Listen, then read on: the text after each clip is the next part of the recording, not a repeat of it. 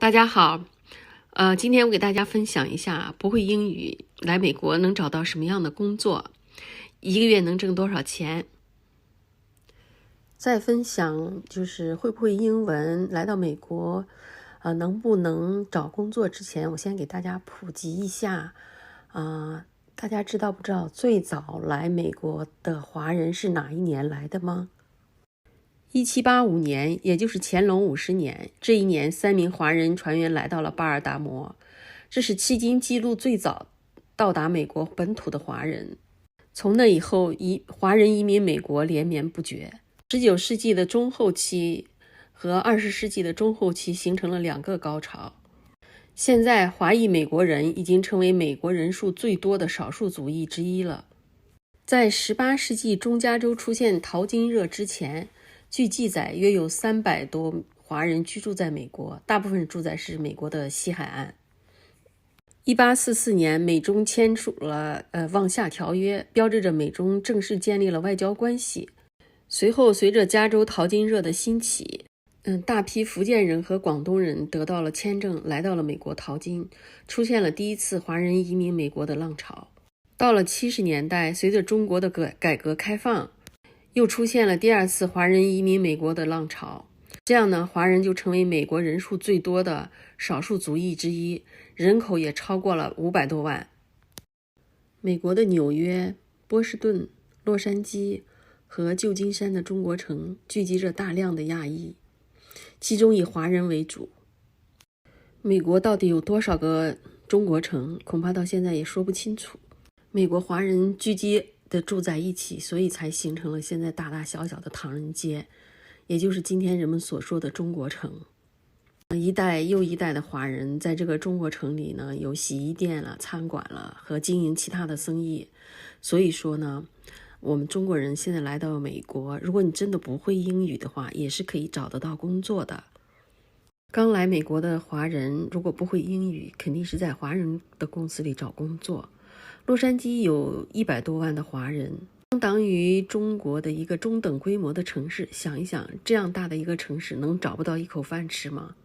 为了配合华人找工作，洛杉矶、纽约等很多大城市都有华人开设了若干个职业介绍所。花上几十美元在这个职业介绍所里，他很快就能帮你找一份工作。至于什么工作呢？你能做什么呢？那还是要看你本人了。在美国有2大主流工作是适合华人初到美国来做的工作。第一呢，就是餐饮业。中国餐是非常高级的，所有人都喜欢吃中国餐。在美国的中餐也是非常受欢迎的，这也就造成了华人餐馆快速的发展。大家从我发的这段视频里就能看到，中餐只要是你能想得到的，大家在这里都可以吃得到。现在看上去就是这个没什么人，那是因为疫情的原因，所以餐馆都在外面搭着棚子。大家也最关心的就是打餐馆能挣多少钱呀？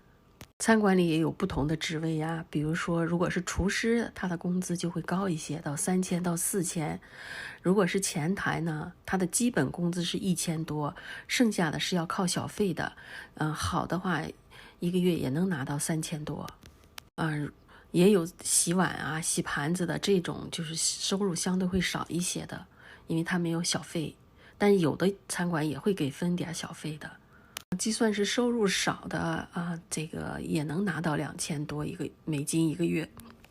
这个地方是我以前经常来吃饭的地方，因为疫情的原因，1年多都没有来吃了。今天呢是专门过来拍一下这个小视频，给大家介绍一下。看着这个餐馆这个萧条的样子哈，真的让人心里面挺难过的。真的也希望这个疫情赶快结束，这样大家都可以过上一个正常的生活。如果你初来洛杉矶一句英文都不会，那你一定要学会一句英文，那就是 Chinatown Place。 这样子呢，你坐出租车呀，他们就会把你拉到中国城。到了中国城，你还怕什么呢？你的美国生活就可以开始了。家政业其实有这个保姆的工资一般是在2500美金左右一个月，日常的做饭了和看小孩了，或者看护老人了。有很多家庭是包吃包住的，也不累，不需要文化，佣人家庭都是华人。而且呢，现在由于赴美生子的特别多，像很多月子中心啦、保姆啊，价格都是比较贵的。如果做月嫂的话，每个月的工资都是$5000左右，还很难找到合适的人呢。